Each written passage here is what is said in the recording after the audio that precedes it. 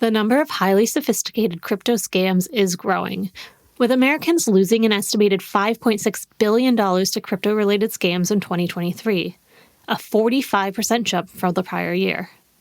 Often, crypto fraud is tied in with romance scams, with criminals targeting victims through texts, dating sites, social media, networking channels, or other apps. While we all like to think we would be immune to such scams, research has shown time and again that everyone is vulnerable, even the most highly educated among us. On this episode, we hear firsthand accounts from two real-life victims who spoke at a recent FINRA Foundation conference on disrupting the cycle of financial fraud. They share their experiences, the financial, mental, and emotional toll they took, and their efforts to recover from their loss. As a quick note, this audio was edited to remove personally identifying information about our victims. Let's take a listen.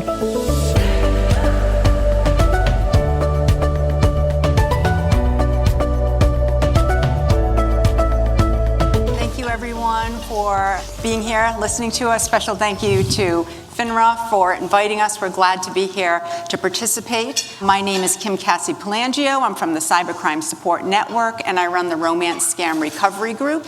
I'm here today with Jules and Brian, who are both participants in our program, and who I thank for having the courage to come here today to share their story, to make a difference, and to help you understand the human impact that this crime has. Jules, can you give us a brief overview of your experience?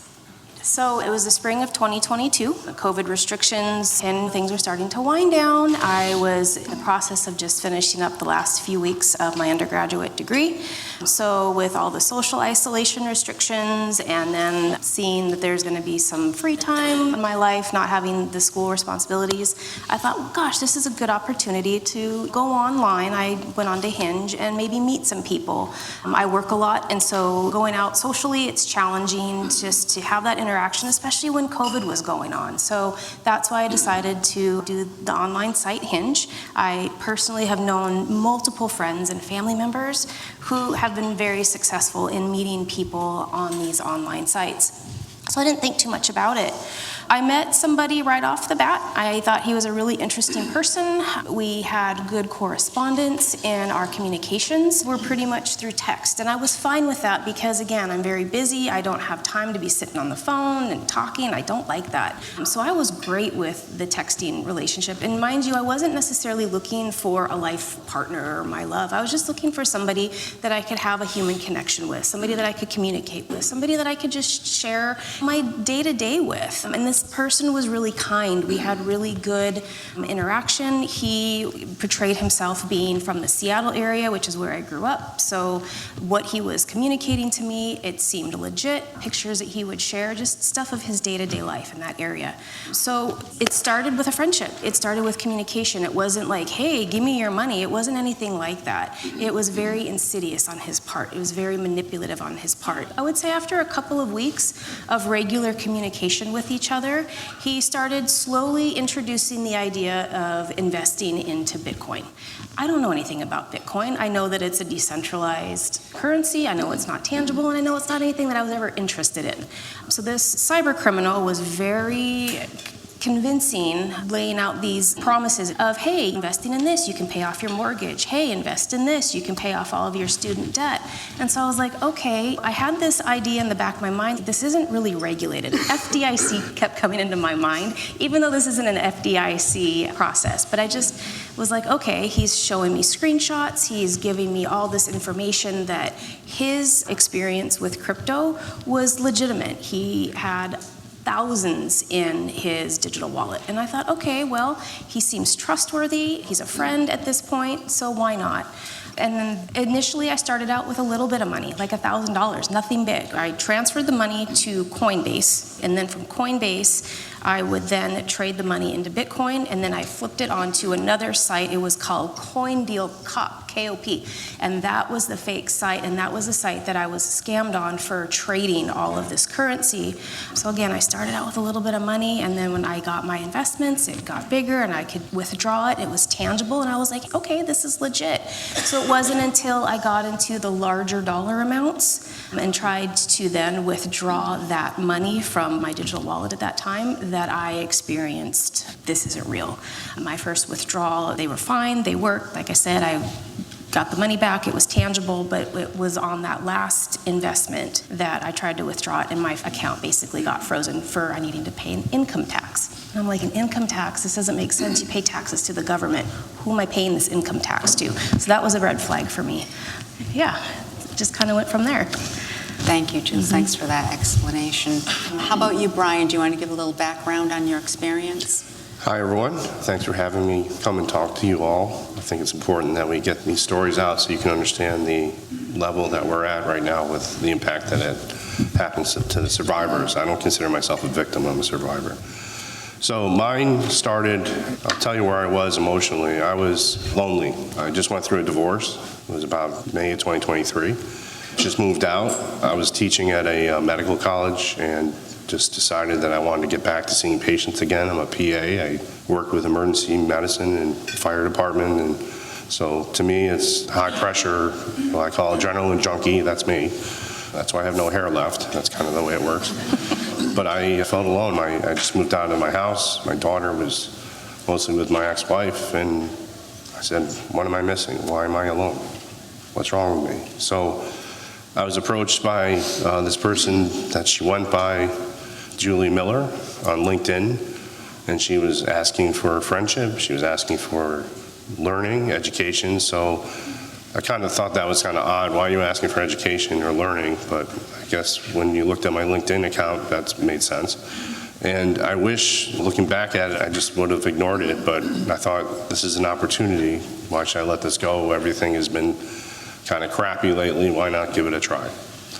And at that time, the relationship formed with one text conversation and then moved to Telegram. I had a Telegram account, I had a LinkedIn account, and then we started exchanging, oh, what are you into? What do you like? What do you do this? And you just have this instantaneous connection.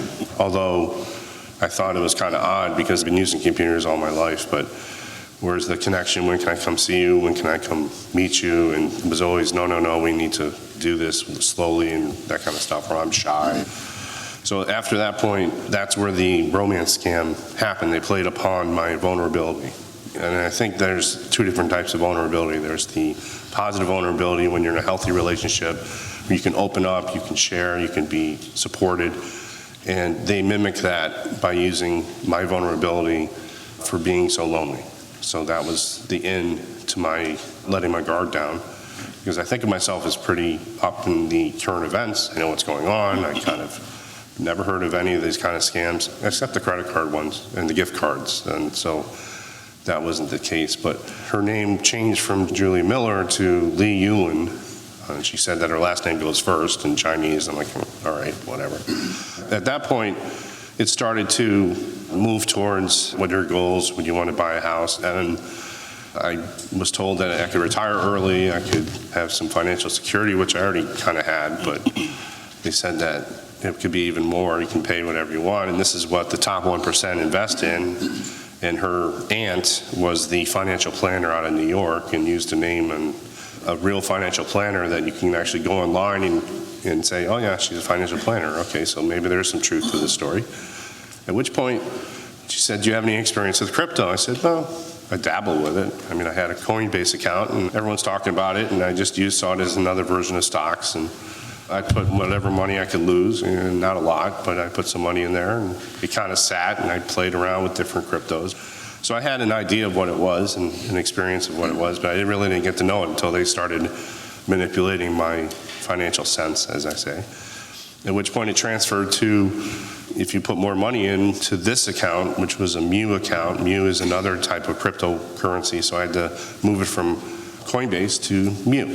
And Mu used USDT or Tether, so you had to convert from USD to Tether into that wallet, which was under my control. It was my account. They didn't want to know my password or anything, but I know that there's a little bit different security with cryptocurrency. So at that point, I accumulated up to $575,000 after they got me to borrow from my 401k, because they say, we're going to borrow from your 401k, everyone does this. will be able to put it back. Within 60 days, you'll get it back. I guess I was a little gullible. Well, what can I tell you? So at which point, I was getting 1% every day, $6,000 a day. I was able to pull some back. I said, oh, this is all mine, great. Part of me was saying, why don't you go ahead and try and do that? Why don't you try to pull it back or just take it all back now and leave them alone? But it was too good to be true, I guess. At which point, they moved it from the Mu wallet to what they called CoinJar, which is another cryptocurrency, but the site was kind of quirky because not all the functionality on the site was working, but I didn't realize that until it was too late. Because once it went from my Mu wallet to the crypto CoinJar, it was out of my control. So that's how they can move the money around quite easily. Brian, staying in your story, you have a unique story because you were able to keep in contact with the scammers. You were able to give the FBI real-time information. Can you talk about how that happened, what transpired? So it's interesting that it was the greed of the scammers that I realized that it was all a scam with the help of my parents. What happened was when the money went into CoinJar, they then said, we're done with this phase of the buy, sell, short. You're making $80,000 at a pop, and it was just surreal, and you're up to $1.7 million. And I was like, boy, that's going to be kind of cool. But they said, okay, take it back and put it into your Mu wallet, and that's when it was told that I was money laundering for someone, and they locked the account, saying I now need to pay $286,000 in USDT or Tether. At that point, they said, the scammers wanted me to get a hold of my parents or borrow the money or go. I said, I'm not taking out any loans, you can go pound salt. But they said, well, talk to your parents. And that was their mistake, because then once I talked to my parents said, you're being scammed, Brian, stop. And my parents have even though I'm 53, they still have a unique way of getting to me and saying, this is not the case. You need to wake up, you need to do something to help protect yourself if you ever want to see this money come back to you. So that night, after I woke up to this, I call it the wake-up phase, I called the FBI. The FBI was fantastic. Kevin Conine from the Albany Cyber Division is fantastic. He came to my house the next day after I reported it into the IC3 database. I talked to someone that night on the phone. It was like midnight. Then they pointed me towards, I guess I'm elderly because I'm 50, well, 51, whatever. I kind of think age is just a number, so whatever. I don't feel 50, I feel 20. Anyway, that's when they put me in contact with Kim and this great organization, but that came later. So in the middle of all this, I was able to wake up. I then came up with an idea that when Agent Conine came to my house, he told me about what pig butchering was. He told me, don't give him any more money, which I was like, you don't have to convince me, buddy, I'm not going to do it. And he said that it's so important that you don't give them a reason to cut you off. And then he explained the whole concept, and I started looking it up. And it was a couple of nights later when I'm sleeping and woke up, like when you're coming out of the deep sleep into your early morning dream phase, and that's when I came up with the idea that I'm not going down without a fight, and what can I do to do this? So during my experience, I kept everything that night. I went and started taking screenshots. I have 5,000 screenshots that I got. Because I'm research oriented, I'm in the medicine world, and I taught it in college, so I was using my research skills to keep a record of all of it. And at that point I realized there was a transfer address because Coinbase shut me down in the middle of this. So there was some kind of red flag. I wish they would have followed through with it and said, you're scammed and what are you doing? And someone would have reached out to me, but they don't. They just kind of say, we're not going to let you transfer any more money out. So they gave me a wire transfer address to Vietnam. So when I went to the bank, they said, hey, this doesn't come up on our scopes, you're not allowed to do it, and the scammers helped figure out they use Bitstamp instead. That's how they got the majority of the money. But long story short, I started to lie to them. And I wasn't really proud of myself for doing this, but I knew that this was survival now. And if I'm gonna get anything back or any information, and I was also told by Special Agent Conine, you're not a confidential informant, you don't work for the FBI. I said, yes, sir, I get it. But I was able to figure out the system and how it worked, understanding that once it left my address to theirs, it's gone. But I said, I'm not giving you any money through crypto. I refuse. You either need to give me more wire transfer addresses or you ain't getting squat. And they said, well, we love you, blah, blah, blah, or she loves me. It's a big scam anyway. But I said, okay, New York State locked down crypto. That's what I said. Governor Hochul said no more cryptos. I lied to him, but I was like, they're lying to me, I'm lying back, so why not? And that's when I got 5 crypto addresses, and they cut me off in October. So this is the week when I woke up, a year ago this week. And you got those addresses, but what happened after that with the police? You were able to give those to the FBI? Yes. Every time I got one, I emailed it right to Agent Konai. I had his email, his phone number, and I knew that he was busy and that I'm not going to be allowed to know what the methods and the ways that the FBI work. I was hoping that they had some superpower, that they could just go and freeze everything, but it turned out that Agent Konai was able to track everything, because I also was a participant in my own rescue. He asked me to put in a spreadsheet all of the transactions, all 47 of them. And not only did I put them on the spreadsheet, I also cross-referenced the actual screenshot of the transaction with that, and he was able to track it all. And when he went to Tether, or USDT, the USDT said, go pound sand, we're not going to freeze the money. So the optimism and the hope and everything got dashed away because Tether wouldn't play. And that was my experience. Thank you, Brian. I can't imagine the frustration going through all that and then having that as a response. Julie, how about your recovery journey? What resources were helpful to you? What resources were lacking for you? So once I finally realized that I was being scammed, that this was not a valid financial investment, it's an awakening, because you're like, wow, I've just lost everything that I own and don't own. The way that this person got me to invest was by taking out personal loans, and it was personal loans under the guise of home improvement. So the resources, for me, I had to do a lot of digging. I wasn't in touch with the FBI like Brian was. I decided to go a different route and went seeking out attorneys for legal counsel and legal advice for what just happened. With their help and with their guidance, I did reach out to the Seattle Secret Service field office. I did speak with one of the agents. I had a few conversations with her. Seattle wouldn't pick up the case because unless it's a loss of $250,000 more, it's not worth their time or resources to look into that. But my argument is this is a crime. Crimes, they shouldn't have a financial minimum. It's still a crime. So then I was directed by the attorneys to reach out to the IC3 department with the FBI, which I did. I was able to get all of my digital wallet information from the fake account and then give them that information.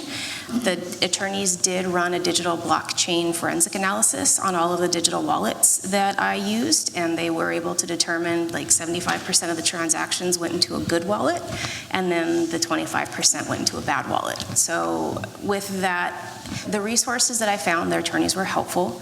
There's not a lot of communication from any of the departments really that I reached out to. I never heard back from the IC3. The attorneys did reach out to them as well and file. I never saw any correspondence from that. And so at this point, it's really discouraging, it's demoralizing, trying to reach out to family members and express, hey, this is what's going on, and having them rebuttal. I'm not going to get into that, but it's an experience. I was able to finally research and find the CSN network. So my scam happened in 2022, and I was able to do a support group with these guys just this year. And so it's an experience. It's very isolating. I know nobody who's gone through something like this. I can't talk to family members. I can't talk to friends. They don't know. They don't know what this is like. The only people that I could reach out to are the attorneys, because they had some experience dealing with this, and there's not a whole lot of support from them other than retaining their services and just the stuff that they did. So there's so much to all of this. From my resources that I did find CSN to be the most effective, because getting these emotions out, feeling this loss, feeling this despair, going through all of this stress and just depression, going through the worst financial crisis of my life, essentially. There's support with this group. There's people out there who are going through this, and it's finding that group and connecting with them, getting these emotions out, getting these experiences out, but doing it collectively, doing it in an environment that's safe, where you're not getting scammed. So the resources were hard to find. I did a lot of digging. I didn't reach out to local law enforcement. I didn't think that would be worth my time. So yes, I am thankful that I was able to find you guys. Thanks for sharing that, Julie. I know that that's something that we hear a lot. Law enforcement can't investigate every case that they receive, but there is that kind of shock when someone goes through this. And what do? You call the police, find the bad guy, or report the crime, or get some sort of restitution. And most often, victims of this crime are met with, "I'm sorry, there's nothing we can do," or silence. Yes. And just that kind of shock that there's nowhere to go. Yes. Brian, what about you? What type of resources were helpful or lacking for you? I was lucky. My parents were with me the whole way, and my sibling, I have 2 brothers and a sister, they listened to what I had to say. They really can only listen. They couldn't really relate. My close friends, fellow firefighters, they all listened and were very supportive, but you're alone. I was extremely alone. How do I survive this stuff? You just take your emotions and you just pack them down into your guts, and you don't want to deal with it. It wasn't until the Cybercrime Peer Group, it really allowed me to feel again. So, but I'll tell you, the biggest frustration right now that I'm facing, and it's the reason why I'm here, is that I want the understanding that the IRS is now making me relive all of this, because they took money out of my 401k rollover account, and if it wasn't for my accountant, who that resource is really very important, figured out that this is a Ponzi scheme, and great, you don't have to pay the $275,000 that you're supposed to. That some people have to pay. But I still had to pay $49,000 for a 10% penalty. My accountant said that we're going to try and appeal, hopefully, that agent that's reading because it's going to get rejected, and the idea that the audit letter is going to come. My accountant said be ready for that. They can reject it. They can say, nope, you owe this money. Or will I ever see that $49,000 back? Because it's not that I'm trying to scam or take away money from the government. I just want some peace. Thank you, Brian. I know you're expressing what we hear a lot, that re-victimization, that feeling. Like you said, it was a crypto investment, so you were able to use the Ponzi scheme, but most romance scam victims are not able to do that. And the dollar losses can be huge. For us, for our program, the dollar losses average about $178,000 a person. This is a big amount of money that people are losing. We only have about 5 minutes left, so Julie, I want to ask you, what changes would you like to see made, whether that be by private industry or government, that could make this better? Right. It's been interesting listening to the different panels here and listening to how, and this is how my experience has been too, how everything is siloed. There's not this centralization for victims to reach out to one entity where these entities are talking to each other. It's very siloed, and you're very alone, and you don't get any response. And so I would really like to see some better consumer protections in place. These scammers are smart, and we have a problem in this country when people are losing billions of dollars. These guys are finding ways to get through these loopholes to get this money from us. People are losing everything, their houses, their retirements, all of it. So having stronger policies in place. These social media sites too, everybody needs to have some more accountability. These scammers prey on people on social media sites. So where's the accountability for that? Where's the vetting for that? Where's the protections for that? We are both in healthcare. In healthcare, we have a safety stop whenever we do a surgery. And there's so many points of contention along these ways. I went to the bank. The bank never once questioned these thousands of dollars of transactions I was doing. If you look at my account, that's not my history of banking. So where's the safety stop in that? Where's just these consumer protections for these loopholes these guys are getting through? We don't want to take the wrong leg or the wrong kidney or we operate on the wrong knee. So we use timeout. Uniformity amongst all the levels of, some banks will do it, some banks will don't. I had a patient that talked to me about their scam, but their manager saved them because the manager educated them right away, intervened, got the family member on the phone, boom, stopped it right there. But Bank of America, SEFTU, I got different vibes. I was already feeling nervous already, and the manager said, are you sure you want to do this? But didn't go any further, because there is a line that we can't cross because of the freedoms we have, but modernizing these ways of dealing with these types of large transactions. You talked about the IRS regulations. How come the FBI can't freeze the funds? Tether just said, we're not doing it. So, that was proven fraud. The agent did everything. Everything was there, and they ignored it. The laws have to be updated. If you think about how technology has changed so much, and our laws are still dealing with balance books, I'm using terminology from your realm, but it's like me doing paper charts. We don't write charts anymore. We do it on a computer.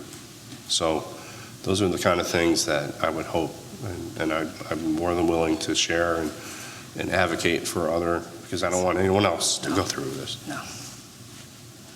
And I just want to give an extra thank you to Brian and Jules. I know even just watching that video, I've seen that video dozens of times, and every time I watch it, I have to stop myself from my eyes filling up. These are real people. We can talk about statistics, but this is what this crime does to people. It is an emotional and a financial trauma that stays with you for the rest of your life. And I'm just so grateful that you came to share that. Thank you. It's a very humbling experience. That's it for today's episode of FINRA Unscripted. Listeners, please be sure to take a look at the show notes for today's episode for more information about the Cybercrime Support Network and information about crypto and romance scams. If we can all take the time today to share this information, together we might be able to save someone from falling victim. Today's episode was produced by me, Caitlin Kiernan, and edited by John Williams. A special thanks to the FINRA Foundation team and the Cyber Support Network, and a very special thanks to Jules and Brian for sharing their stories.